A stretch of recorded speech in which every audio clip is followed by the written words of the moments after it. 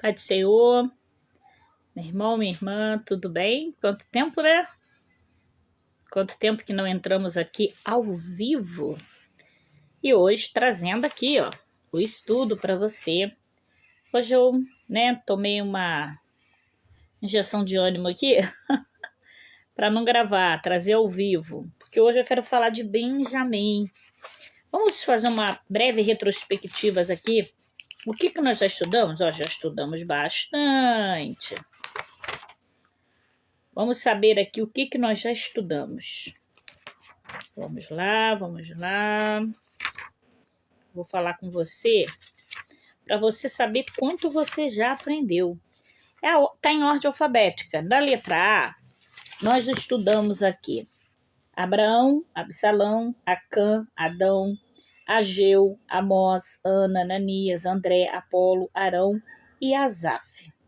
Na letra B, nós estudamos Balaão, Barnabé, Barrabás, Bartimeu, Bartolomeu e hoje Benjamim. Pode ser minha filha. Hoje é o último da letra B. Amanhã é sábado, né? Então não, segunda-feira nós vamos começar com Caifás. Você vai saber uma história interessante de Caifás. Nós vamos para Benjamim? Vamos orar? Vamos estar orando, né? Para ministrarmos sobre Benjamim. Senhor, meu Deus e meu Pai, Deus, em nome de Jesus, vamos estudar agora sobre mais um personagem da Tua Palavra. Hoje vamos falar, meu Deus, sobre Benjamim. E já te peço que o Teu Espírito Santo seja o condutor desse estudo, para a honra e glória do Teu nome. Todos nós, que nós venhamos ser apenas aluno e aprender contigo mais e mais. Em nome de Jesus, amém. Vamos lá? Benjamim é o nosso personagem que vamos estudar no dia de hoje. Deixa eu tirar o fundo. Pronto, vamos estudar hoje sobre Benjamim. Quem não conhece a história de Benjamim, né? É uma história bem conhecida por todos os estudiosos da palavra, né? Deixa eu botar meu para-brisa para não ficar aqui tropeçando demais nas palavras. Benjamim, nome hebraico, significa filho da minha mão direita.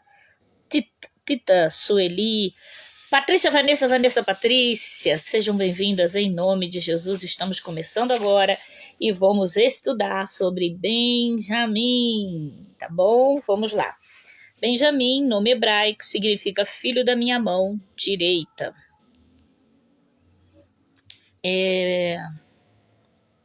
Vamos lá. Benjamim foi o filho mais novo de Jacó e o único entre os 13 filhos do patriarca que nasceu na Palestina. Bom, mais novo antes de vir Benjamim, né?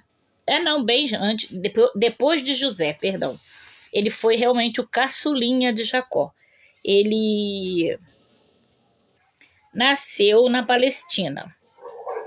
Ele nasceu em algum lugar quando estavam indo para Hebrom. Pastora Josiane, Pai do Senhor, tão surpresa aí de me ver ao vivo hoje? Hoje eu tomei uma injeção aqui, papai mandou eu vir, né? Eu estava preparada para gravar e papai falou, entra ao vivo hoje. Então, como eu sou obediente, manda quem pode, obedece quem tem juízo, estou aqui. Ele nasceu em algum lugar, né? Repito, quando estavam indo para Hebrom, entre Betel e Belém, em aproximadamente 1900 anos antes de Cristo. Era filho de Jacó com a sua esposa que ele mais amava, Raquel. Vamos lá. Infelizmente, Raquel morreu ao dar à luz a Benjamim.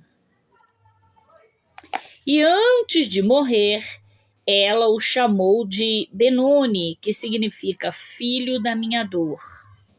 Jacó, temendo a consequência de tal nome, chamou Benjamim, que significa filho da minha mão direita, ou até filho do sul. Isto é, alguém nascido no sul, embora o primeiro significado seja mais aceito em Gênesis, capítulo 35, versículo de 16 ao 18. Deixa eu pegar uma caneta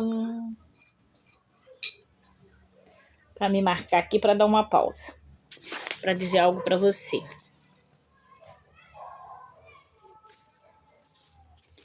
Olha só, o nome, antigamente, era muito importante.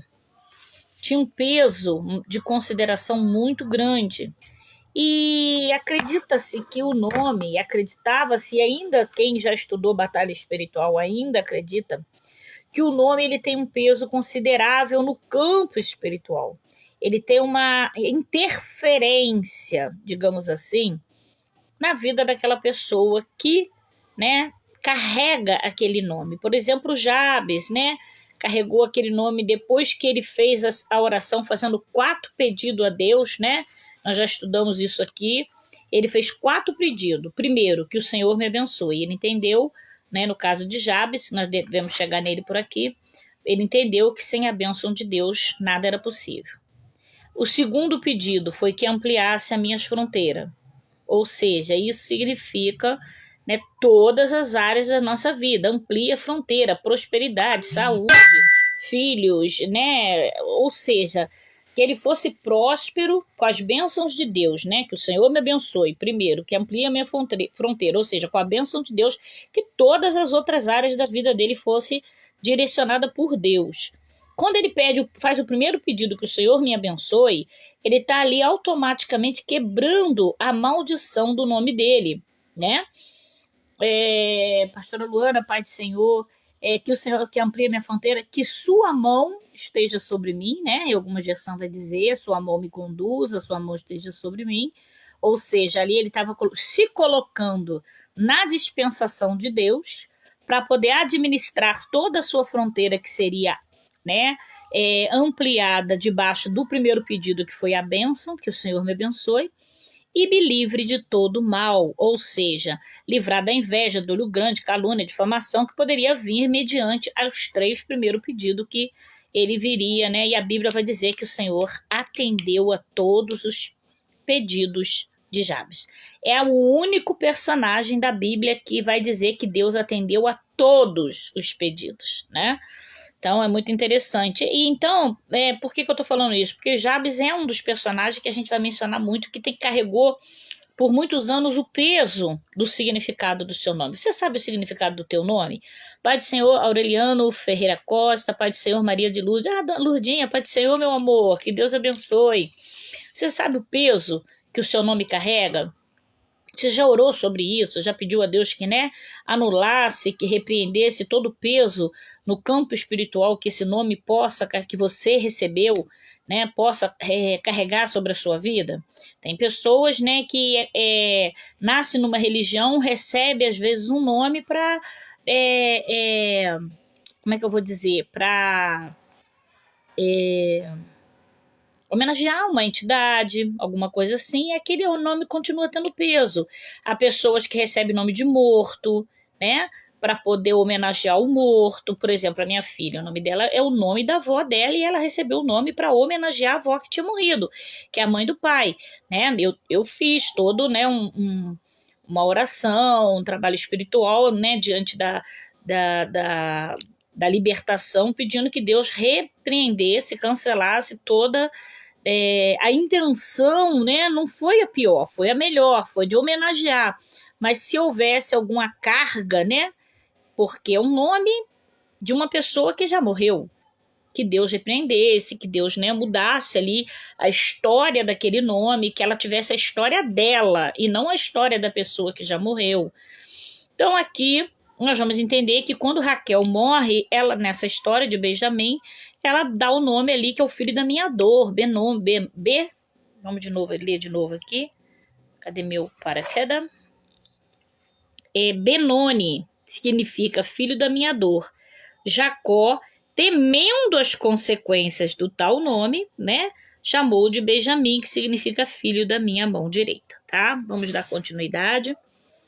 O códice samaritano aponta o nome Benjamim como um filho de dias, ou seja, o filho da minha velhice. Gênesis 44, 20. No entanto, se o nome realmente significa filho da minha mão direita, então a ideia era que Benjamim seria o apoio e amparo de Jacó na sua velhice. Depois de José ter sido vendido aos israelitas, Benjamim se tornou o filho favorito do seu pai Jacó. José e Benjamim eram os únicos irmãos de pai e mãe, ambos nascidos de Raquel, e outros filhos foram gerados por Lia, pelas servas de Lia e pelas servas de Raquel. Quando José era governador do Egito, houve uma grande fome em Canaã e Jacó, o cabelo está molhado, está pingando aqui no livro. Houve uma grande fome em Israel.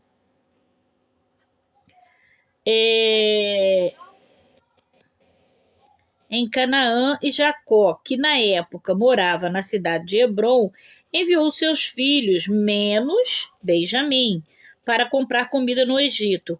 Como José controlava o suprimento de comida do Egito, seu irmão precisava implorar a ele para comprarem alimento, embora, sem conhecê-lo, depois de lhe vender o grão, José o acusou de espionagem.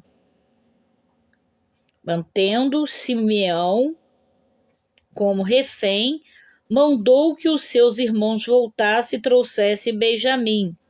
Quando finalmente Benjamim chegou ao Egito, José liberou Simeão e colocou uma taça de prata na bagagem de Benjamim. Quando eles já estavam do lado de fora da cidade, José pediu que seus guardas o prendessem por roubo, acusando-o de roubar a taça. Eles protestaram e alegaram inocência, dizendo que se isso fosse verdade, eles se tornariam seus escravos. Quando foram revistados, a taça então foi encontrada na bagagem de Benjamim, e José disse que eles poderiam seguir adiante, mas Benjamim iria ficar como seu escravo. Judá implorou para que ele ficasse como escravo no lugar do irmão, pedindo a José que deixasse Benjamim partir. Nesse momento, José revelou-se aos seus irmãos e o convidou para buscar Jacó a fim de que vivessem com eles nas terras férteis de Gósen, no Egito. Uma vez que Benjamim é chamado de moço em Gênesis 40, de 20 a 22, seus filhos e netos provavelmente nasceram no Egito. Depois de José ter levado toda a sua família para o Egito, na época da escassez, Benjamim teve ao todo 10 filhos. Gênesis 46, 21. Em sua velhice, Jacó abençoou todos os filhos e profetizou que no futuro voltaria para Canaã. A Benjamim, progenitor dos benjamitas, Jacó pronunciou: Benjamim é lobo que despedaça. Pela manhã devorará a presa e à tarde repartirá os despojos. Gênesis 49, 27. A tribo de Benjamim, embora fosse uma das maiores tribos, tinha reputação de bravura e muita habilidade militar. Eram adeptos do manuseio de armas com a mão esquerda, o que no caso de Eude resultou no livramento de Israel das mãos dos moabitas. Lá em Juízes capítulo 3, versículo 15 e 1 Samuel 9, 1. Em cumprimento da profecia de Jacó na conquista de Canaã, depois de as tribos em Judá e Efraim terem recebido seu território, o primeiro lote foi dado a Benjamim. Seu território media aproximadamente 56 quilômetros do oeste a leste e 22 quilômetros do norte a sul, e estava entre Judá e Efraim. Eram uma faixa da terra entre o monte Efraim e as colinas da Judéia. Era uma área montanhosa localizada estrategicamente para controlar passagens estratégicas, mas com vales férteis. A fronteira leste, nos limites de Efraim, era o rio Jordão. A fronteira oeste se estendia do Jordão até Betel e Aterote Adar, na baixa Bet-Eron. No norte estava o Mar Morto e a fronteira sul, nos limites com Judá, era claramente definida pelo vale de Inom, da parte sul da cidade de Jerusalém. Talvez por isso Moisés declarou que Deus abençoaria Benjamim e descansaria nos seus braços. Jerusalém, a cidade de Deus, estava ao lado do território de Benjamim. Deuteronômio capítulo 33, versículo 12. A descendência de Benjamim possuiu pessoas importantes para Israel. Eude, que foi o primeiro dos juízes em Canaã, lá em Juízes 3,15, Saul, que foi o primeiro rei de Israel, lá em 1 Samuel 9, de 1 e 2, e o apóstolo Paulo, que foi o principal missionário da época da igreja primitiva e o responsável pelo perfil da teologia e do cristianismo que temos até o dia de hoje. É Filipenses 3, 5.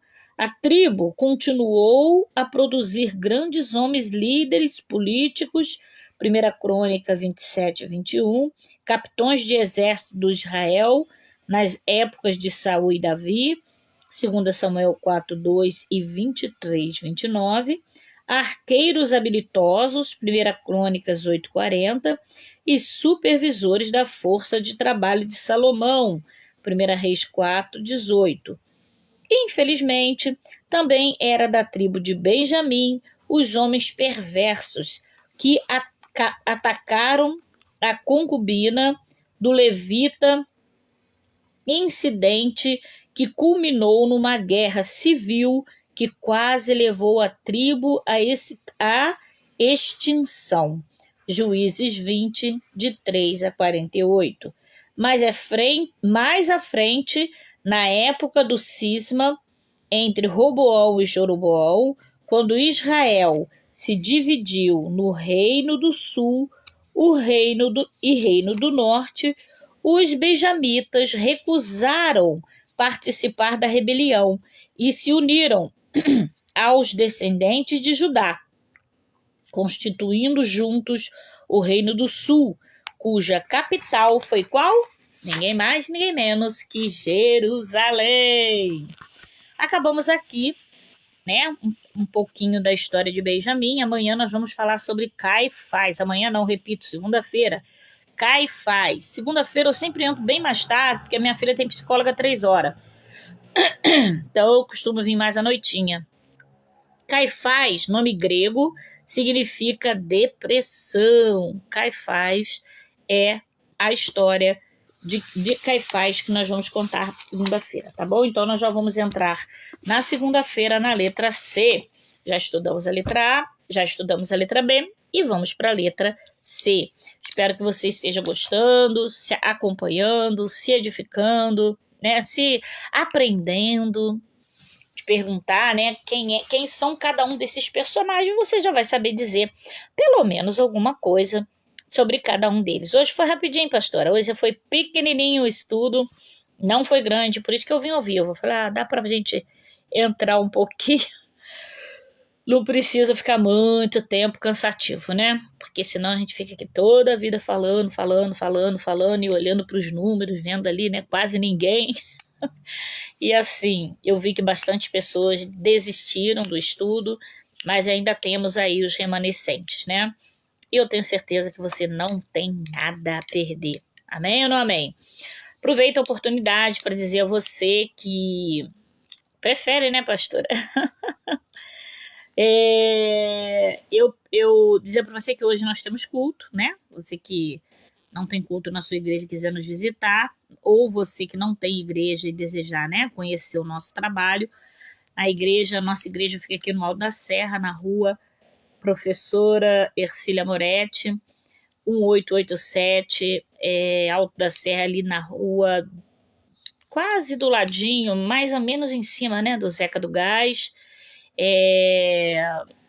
Rua do Comilão, não é isso? Essa rua que vem para trás do BNH, mas logo no início. Às vezes, quando eu falo rua que vem para trás do BNH, as pessoas pensam que é aquela lá em cima, perto da antiga Osgera Vilaça, ali da rua que vai para... Não, não é lá não, é no início, portão principal. A rua é de frente para a Avenida Central. Então, não tem errada, tá? E é logo no iniciozinho, você não sobe muita rua, não entra muito, e fica aqui o convite. Hoje nós vamos estar ali com a missionária Solange, missionária da Assembleia de Deus do Washington Luiz, trazendo a palavra. Vai estar conosco, né, para ser o canal de Deus, né, para nossas vidas. E também o principal, o Pai, o Filho, o Espírito Santo, esperando para trazer uma bênção para a sua vida. O culto hoje é culto de libertação e milagre. Tá? Você precisa de uma libertação. Falamos hoje aqui sobre a quebra do nome, né? Quem sabe, você já pesquisou aí qual é a origem do teu nome, qual o peso que ele tem? Você sabe por que teu pai e tua mãe te deu esse nome? Ele homenageia algum morto? Ele te deu em homenagem a algum morto? Representa alguma entidade? Eu não sei, quem sabe? Então busca a origem desse nome, vai hoje fazer uma libertação, uma quebra de maldição sobre esse nome para que as portas de Deus possam se abrir para a sua vida, né? Às vezes não é à toa que Deus me trouxe aqui, é para você entender, buscar se informar sobre o seu nome, né? Como aconteceu ali com esse personagem de Benjamim, que quase que leva o nome de maldição, mas felizmente foi abençoado, tá bom? Eu agradeço a sua presença, a sua companhia e te abençoo em nome do Pai, do Filho e do Espírito Santo. Até a próxima. Se segunda-feira o senhor assim quiser, eu venho ao vivo, se não, com certeza, de alguma forma, o estudo vai entrar.